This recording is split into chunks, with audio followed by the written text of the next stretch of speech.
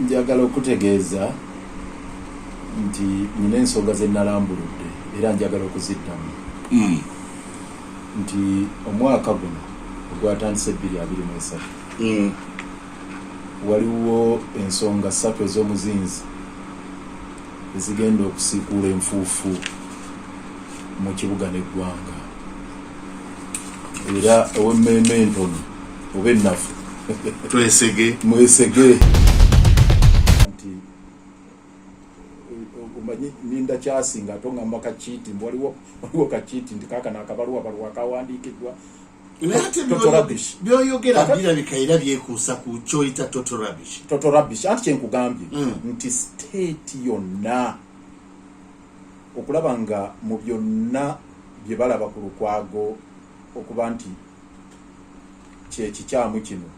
nga kakiiti ako bayinza okukola kikulaga rekodi yange bweri kirimi nze mbadde mu Lord Mayor okuva 2011 baali badde bafulumya alipoota eya IGG oba eya Auditor General oba eyani nti muli awo nti yanyagulula bweziti muli awe Lukwago yabba ettaka lya wano ne baleeta ne bwino nti kiki nekyapa akirina kigambye nawabirako vision nga agamba nti nabbalufula baali badde bajjayo agantu aganene bwe gati naye oli okugamba obugambi nti kale ffe tulina enziro ti bo balina enziro nono katumusembeze naye agabane ku nziro yaffe akonzeke kasinga obutono njagala okutegeeza nti nina ensonga ze nalambuludde era njagala okuziddamu nti omwaka guno ogwatandise 2023 waliwo ensonga 3 ez'omuzinzi ezigenda okusiikuula enfuufu mu kibuga n'eggwanga era ow'emmeeme entono oba ennafu mwesege gamba bannange tugenda kuziba ebinnya tugenda obufuta batuwaddeyo obufuta butonotono gundi nesumulula negamba ti kale katuddemu tubawe totaalo naye ngebadde amafuta yakasiba nga akatandika okukola ku buguudo era abantu batulajanira wano ne muwaddamu ku nnyingi badde agamba bannange ekiteezi mujje father waffe omundeeba wali ku Suna Road nga yadde zakoni bagamba banne mujje n'abalala bangi kakati eyo gwe mutendera gumu ogwokubiri mu budget wabeerawo ensimbi ez'okukola ku nguudo nga za gavumenti mu financial year wabaddewo obuwumbi 78 kakati baabujjeewo ne bagaba bugenda kubeera obuwumbi 10 nja kutuukira waawo busobola kukola kyenkana ki busente butini mu Kampala kakati omutendero gubadde ogutuwa ensimbi eziwerako be batuwola naye kati awo bubbi we businga abatuwola abanene ba mirundi esatu abasooka World Bank ye KIDIP Kampala Institution and Infrastructure Development Project abookubiri ye JICA yaba Japan eyo yezimba flyovers kati ezo zo zakwatibwa unura yezimba zolaba kukula kutawa ne phase eddaka egenda okugenda ku Kitgum House abokusatu ye Africa Development Bank kakati eza KIDIP zo zaweddeko twasigaza kumaliriza myala ogw'omu Lubigi ne Nakamiro naye ezo okuzimba enguudo zawedde nawe zaggwereddeko nga bakyekoze bulijjo tujja tukibannyonnyola nti abantu babbira ssente ku nguudo ze awo wenjagala kati wenjagala tutuuke yes ugamba nti bakyekoze ate ng'enguudo ezimu zirabiddwako ng'era zikoleddwa mu project eyo kiki kyotegeeza ne bakyekoze kati nyina wana alipoota kopira ugirina mu Bulumpinga ekulaga nti 2021 twafuna gye tuyita KIDIP okuva mu 2021 twatumaliriza 2020 nga twafuna miliyoni $183 nga za Africa za World Bank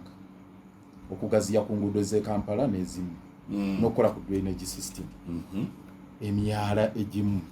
kakati nja kugendera ku nguudo alipoota eno yennyamiza era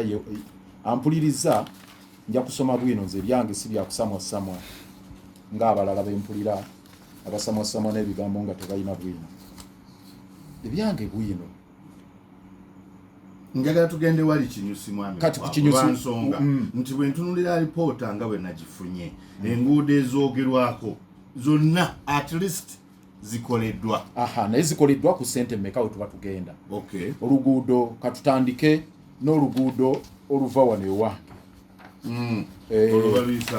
Olwo oluguudo baluyita Kabuusu Bunnamwaya Lweza.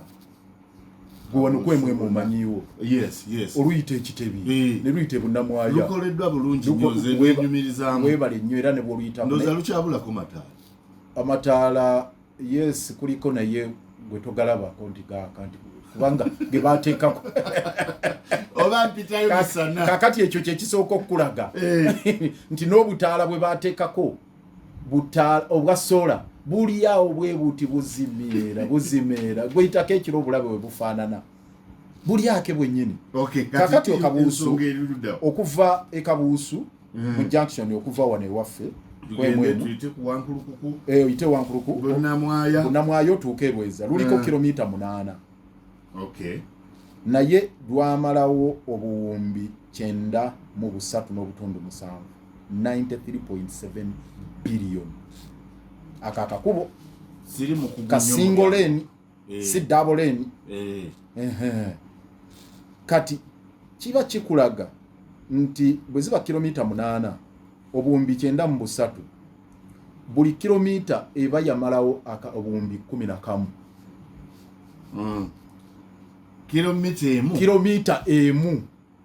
yamalawo akawumbi 11. Nja kubabeerera fiat bwe tubabuuza lwaki ezo baga omanyi kuliko amataala kuliko ne walkways ebbali naki naye twakola study nja kujjako IMF kye yatulaga nti oluguudo international standard oluguudo olukolebwa lumalawo wakati za Uganda obukadde 8 n'akawumbi kamu. Oluguudo kilomita emu yali badde ekolebwa ekinene nnyo akawumbi kamu going by Ugandan standards. International standards. Yes. Yali badde akawumbi kamu. Kabuusu Bunnamwaya Lweza kilomita ezo 8 zali baddeko obuwumbi 8 nga sokola luguudo so si bumbi 9.3 naye anti waliwo ebirala bye tuyinza obukuusa amaaso oba nabyo mwabituukako. One, waliwo okuzimba oluguudo ne tuteekako ettaala kyokka nga ate oluguudo luno obugazi bwalwo luyingirira ettaka ly'abantu tugenda okubaliriirira olwo tezisukka oba byonna obibaze abali ku kkubo eryo bajja kunjulira. Tekuli n'obu yasasulwa mu ndagaano gye twasasula ne World Bank mwalimu ogamba nti gavumenti ya Uganda ejja kuwaayo ssente ezinaasasula abantu abali ku luguudo ebbali. Ezo nazo kote ya gavumenti teyazireeta zaakomeeyo. Naye ng'ettaka ly'abantu ekkubo eryo eryagenda ekkubo eryo liyita ne Wakiso. Ffe tukoma wano ku sita bw'otandika Bunnamwaya oli wa Bwanika paka Lweza oli wa Bwanika Wakiso. Njagala oleete Bwanika wano musajja watu yasiibanga atuuyana Matiya Bwanika nga yeegayirira abatuuze baweeye ettaka kubagamba bannange bwe mubanga tukoze clearance kiriza tusese tuleke ekikomera kyo kiriza tusese tule ku compound yo muone ekifuufu kino. Abamu ne bakkiriza abalala abasinga olw'okubanga abantu baali bawuliriye bakooye nga bakooye enfuufu ne bagamba kale katuweeyo. Abalala ne bagamba kale gavumenti wate kuteeka kakazi toonokola ki. Nja kutuukirako wano ku ADB waliwo omukyala akedde nakunkubira olwaleero ku makya bamuyita Irene ali ku Mugema Road ova wali ku Dome Busega okukkira lyo pasito okuva mu Kibumbiro. Irene nga ettaka lyange balitwala balimalawo mwanyinaze yalisikira busikizi ne bangamba nti ate gavumenti yaganya otuliyirira kuba eryo tugenda dikola nja zituuka kegeze enguudo. Naye zonna zino enguudo zenjogerako teba kulimba nti waliwo n'omwe yasasulwa awo ebbali. So ekyo ky'okusasula abantu tekirimu. Abantu bawayo ettaka lyabwe ku bwereere. Kati bo kye byekwasa nti kuliko ebitaala naye ne booteekako ebitaala noga akale tuve kawumbi kamu ebitaala nabyo tubibalireyo akawumbi akalala kalamba kale tukabawo kale oluguudo olwalimaze obuwumbi bumeka bubiri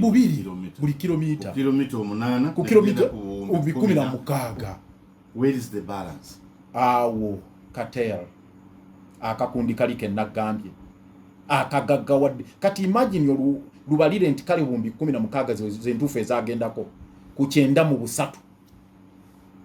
olyokola byo bagaggawadde era nga singa bino bye batambuza ebyobupapula nange nali wakwekobaana nange nali badde mugagga nga nina ne plot ku Kampala Road nali badde nange ne zaakedizi mu kibuga Kampala tebayinza nakuleeta kamera abo abanoonyerezaako in fact bw'obeera kirini baali badde baleese kamera ne bagamba olaba kino ekizimbe kino kya Lukwago nze Road Mayor atalina kizimbe mu Kampala wa ate wuwo ewange wensula nalisuze ku muti wosu watoga tolina kizimbe ekyo ati ngambe kiri kamasho nyumba buli omwe alina wasula banatera nokunangira akaploti kange kenyina kuba obera no ploti boti njatolina akaploti emutundu bogerere ddala kubanga jikali emutundu bamanye nti ebiri abalina kamera mugende mulinye mutundwe akanyina yo kaploti nakazimba kekikomera kalimu nakayumba kabangalo katono bwe kati so eyo mugende eyo bwemba mwagala mugende ne jandira nyina yakataka kange ekatulaga mpeddeyo ne wensula wane waka mpeddeyo nkubulira Road Mayor emyaka 10 yeyo Road Mayor emyaka 10 mpeddeyo kati batuza mu bubalu kati kyenkugamba naye mbakugabana ku zino kaka tugende ku lukuli nanganda yes ku page yemwe eyo lot 3 okay lot 3 kilomita 7 n'obutundu meka 7 sente meka bilioni 7 kitegeeza akaguda ako kamanyi nako singoleni kitegeeza buli kilomita bilioni 10 bekwasa amataala abali ku luguudo lwo abaliitako kuliko ebitaala bimeka kuliko traffic junction lights meke ziri ku luguudo bekwasa amataala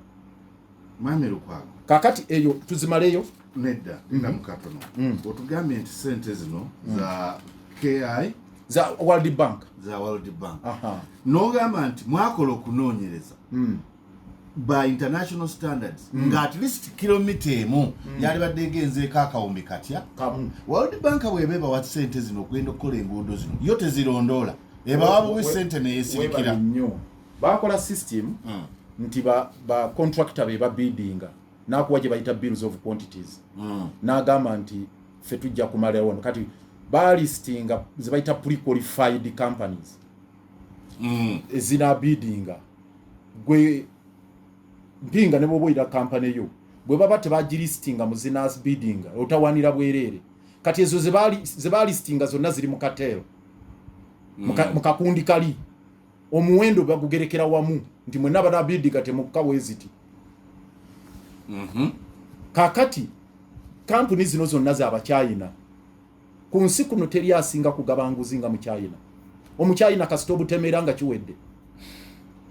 era olulimi Abachina lwe boogera kyovola Abachina bataddewo embeera nga balwanyisiza America yali egamba nti ffe tujja kuwanga sente naye nga twagala ne human rights na Abachina tebibakwatako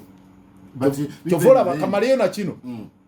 olukiiko lwa Africa bagena China ine yitu olukiiko lwa Africa bawo buyambi America nesatira kati nabo yabayise wano na America nayo nesesetuka nenga World Bank yagamba nge ebintu bibiri ekisooka abantu abali ku luguudo okubasasula era kyovola wali yalemerako ekasubi ne gatumale kuzimba katali nga abantu abo tebannaba kujibwawo yadde akatali nako akubirirwa bukubiriro n'ekyokubiri okulaba nti wabeerawo value for money probity naye kati basesetuka nabo ku ekyo China yabateekako akazito aba World Bank aba America China yabateekako akazito yongejja nezikuwa buwi era World Bank mu mission zonna zetutuula nga ye muluganya nega ffe tuwaye ensimbi ate mu contract ne muziwa Abachina ate izende ne zigendako nyingi ne World Bank lwakuba teyogera yali badde kugamba ensimbi zetuwaayo muziwa companies Abachina ffe tulinga abakolera Abachina kakati nakugambye njagaludde yakatiba akanene nti bwe tubanga tulina kilomita 1210 ezenguudo zonna eziriko kolansi 616 ate muzimu nga zivunze ziwo mugose nga bwogambye executive director bayogedde zakolebwa embaga lyazigwako kakati bw'okwata obuwumbi kyenda mu busatu n'okola bunnamwaya yokka kilomita 8 n'okwata lukuli nanganda kilomita 7 n'oteekako buwumbi 7 kakati olredde mu buwumbi 100 nga mu 6 ezigenze ku kilomita 15 bwe zityo olwo n'otuuka ddi gy'olaga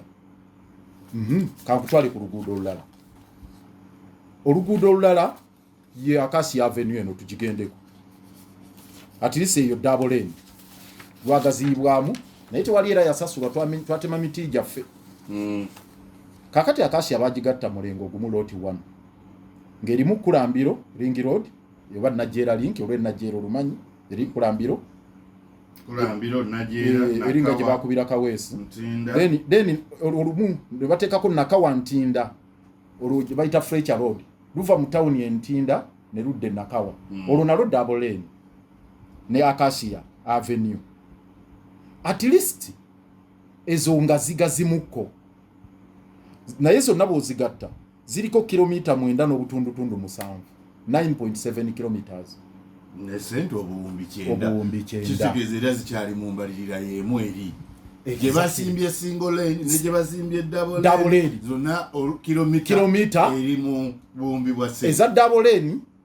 ate nga nako kuliko amataala Acacia kuliko amataala Fletcher Road olw'Entinda luliko amataala Ring Road kuliko amataala double lane kilometers kumpi zenkana sente zezimu ne bunnamwaya single lane n'obutaala obutaaka buno obwa sola sente zezimu gwawo baba bakututenga kimbuyege nga tosobola kulaba nti obubbi buli wano obw'ekitalo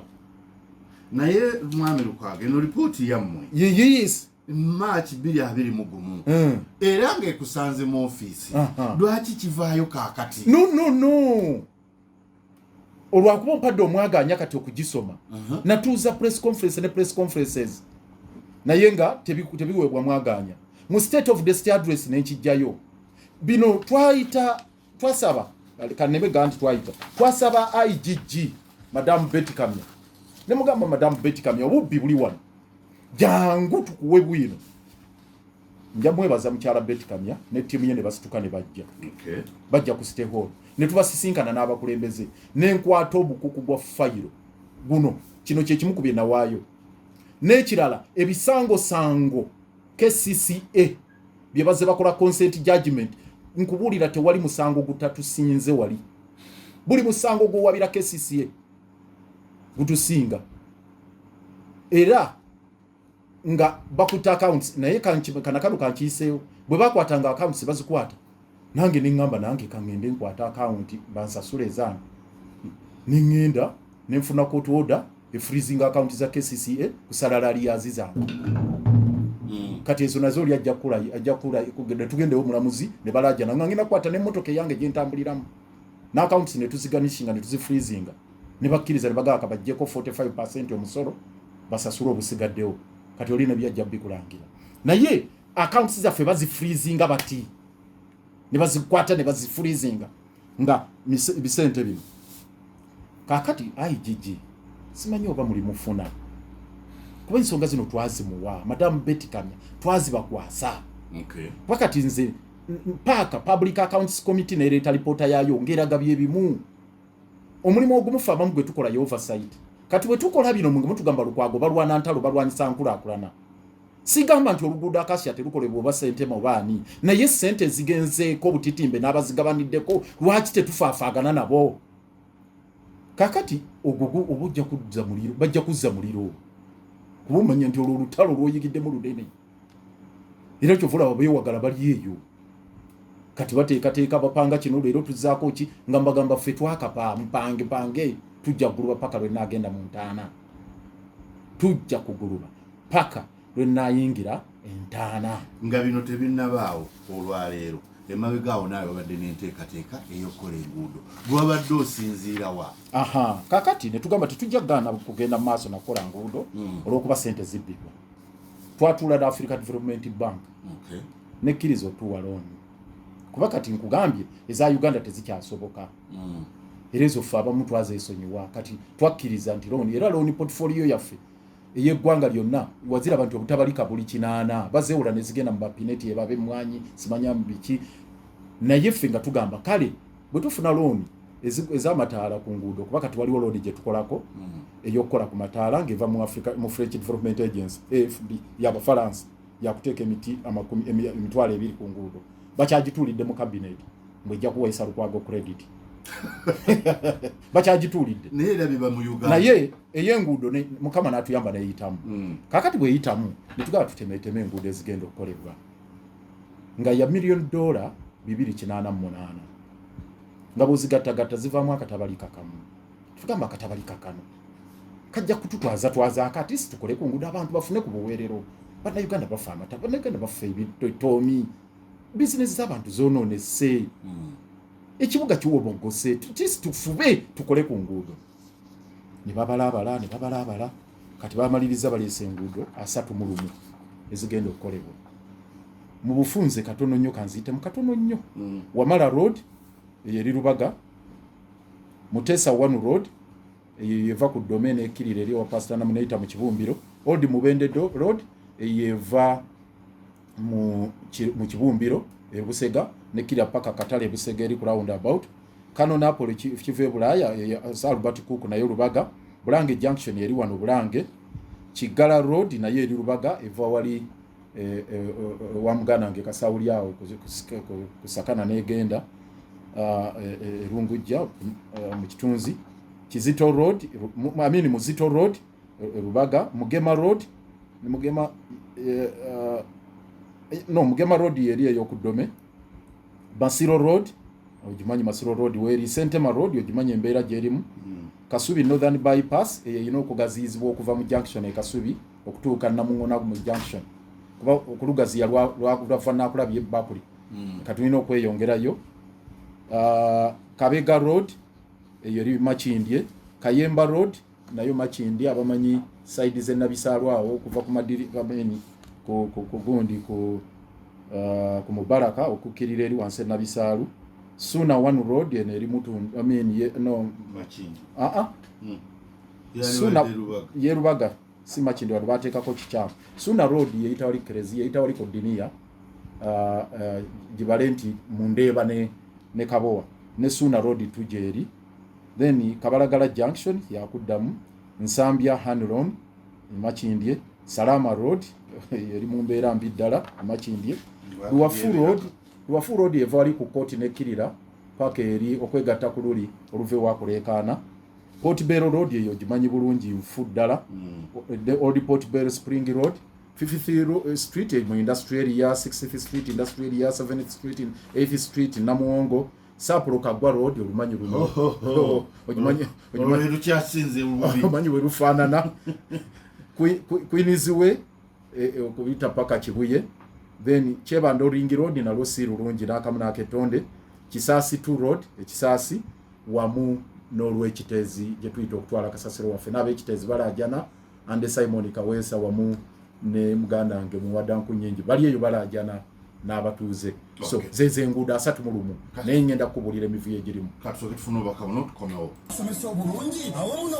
mbalagiridde mutundu enyinayo ploti yange mugende mugikuba ekifaananyi n'ekikomero ekigiriko mugireete mu mawulire nyina n'akabanja kange ejjandira wali katulaga mugende mukakuba ekifaananyi mukireete ebinaddako mujja kuba bya Jinamudu omulundi omugenze biri ekabungu period nga mpeddeyo naye ddala singa nekubana nabo ne tubba ssente z'enguudo zino mulowooza saali badde bugagga nze sirina akawunti bweru wa Uganda akawunti zange eza banka zonna weeziri wano bwebbaze mwagala nti akawunti yino Lukwago girina yo genda kwokebereko abo tebalina capacity esobola negenda wali bagamba nti Lukwago wuno alinako kuna bukadde 2 buno ku akawunti genda yo gikebereyo bwoti ne bwenyina mwene SSF obusente bagende babukebere so mu gwanga lino abasajja bano batujooze nnyo batubye nnyo ate ne bagala okutufuula abanaku abaweddeyo okutusangulizaako ettoomi okututeekako ettoomi batubye batwavuwaza batufudde abasiru ate ne bagala okutufuula abajega abawedde emirimu emyaka 37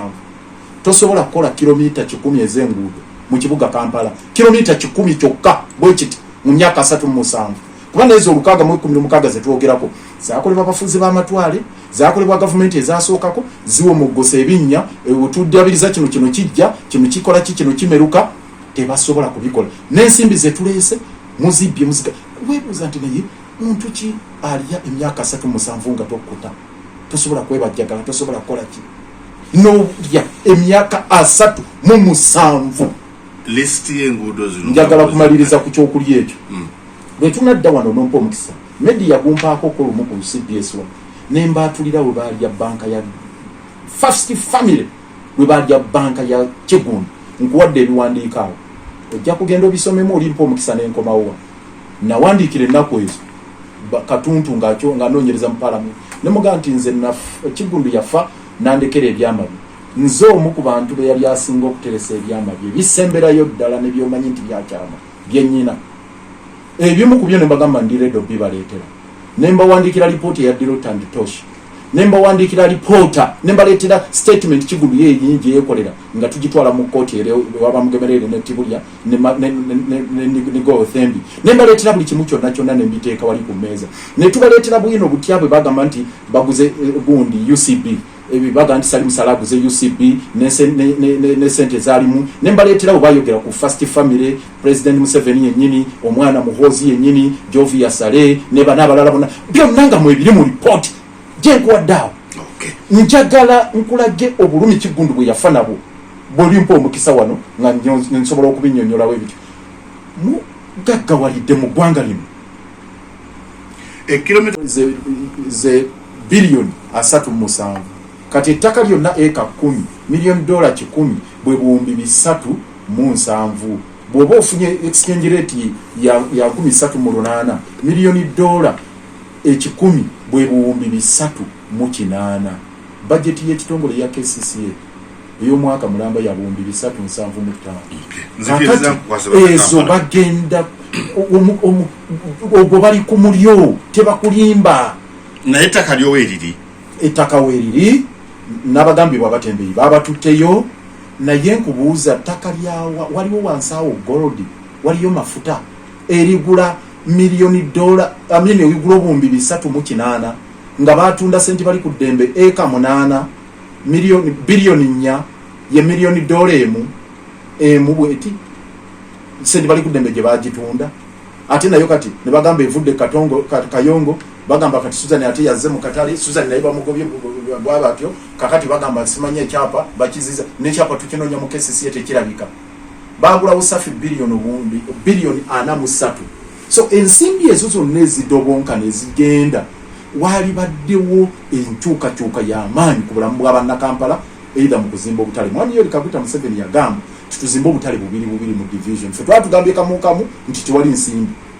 naga tuzimba obutale bubiri naye bakutte biliyoni $, 308 mu kifo ky'okuzireeta tuzimbe obutale bubiri mu division baga nti bagenda kuziwa omuntu bagenda zigabana bugabanyi ffe tubimanye ebyo byonna kati n'akatale akamu ak'ebusega kagaanye okuggwa bagamba bagenda kuba abantu miggo babatwalemu bamenya obuyumba bw'abantu abali awo ebbali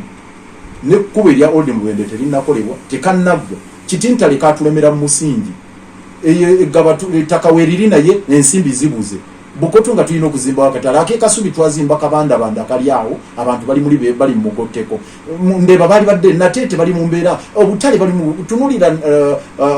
Kizito markets wali oba viva muntu yo kaleerwe akatale ak'ennakawa embeera gye bali mu baaka omukiswa ennakawa obutale bwonna bugolobi buli mu mbeera mbi nnyo nga tonnajja kubuna obunene nakasero sente bali ku ddembe n'obulala n'ekiseka n'obulala kakati mu kifo ky'okuteekayo ensimbi tuzimba obutale bazigabana bali ku nnaku y'abannakampala kwe bagabanira kati amaloboozi ffe agavaayo agasituka nga baagala baganafuye nabagambye nze nkukiddamu mukulumupinga ebyo bye bakola tubiyiseemu okumala ebbanga nsuubira ekinene ekisingaawo abampuliriza nze obukiiti teeka wali ebbali kyensuubira kyekyasi bantwale engalamire ku kijja wali Haji Mirundi we twamugalamiza omwaka oguwedde ewaffe Mufene Kabungo era sirina byonna bye munkoze byonna okuva lwe nayingira mu kibuga Kampala nga member wa parliament okuva lwe nafuuka Lord Mayor byonna bye munkoze mbigumidde naye situgenda kuva ku nsonga zino mwabatuuliriza Mama Diana w'omu Nyendo webali ewaffe Buddu n'abalala abakubya amasimu ogambye Lukwago tambula bulungi ne Honorable Kyagulanyi webali nnyo era njagala okukakasa Honorable Kyagulanyi muganda wange era tutambula ebimu n'ebyavuddemu bye bitwabadde ffenna ensambya ebyaddiridde wabirabye era ensonga 3 zembagambye omwaka guno ezigenda okuvaako akalumanywera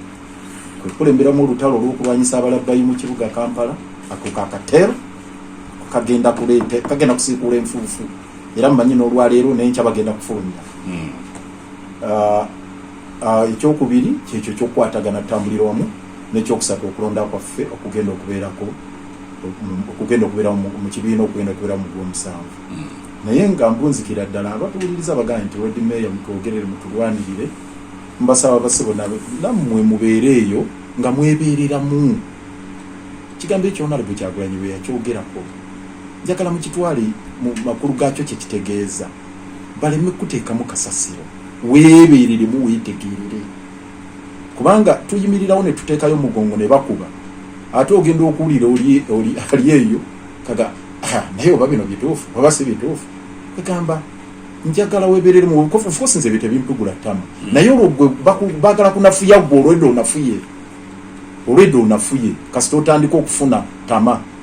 mufunvubire mugambe nti sebo musooke mutuviire bino tunaabiraba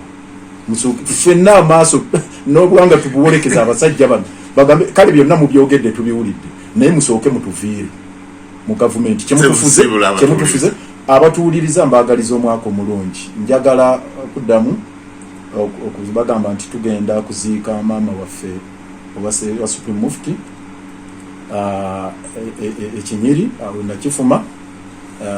owenge Nagawa owenkima Nagawa mbakojja wa Supreme Mufti ate naye bakojja wange kuba abenjovu maama Nakayaga yanzaala Haji mukadde waffe Haji Muhammad benjagala okusembyayo Allah mutuwere ejjana muumuze mirembe naye nga mugamba ndi Haji esawa yonna bwe nkutuukako gy'oli gye wagenda tewewuunya abatalabani bakaayi Haji Muhammad mirundi twamuziika e Kabungo mu Fene program ya february wegenze tuukako esawa yonna abatalabani bakaayi Ssaabasajja Kabaka CBS FM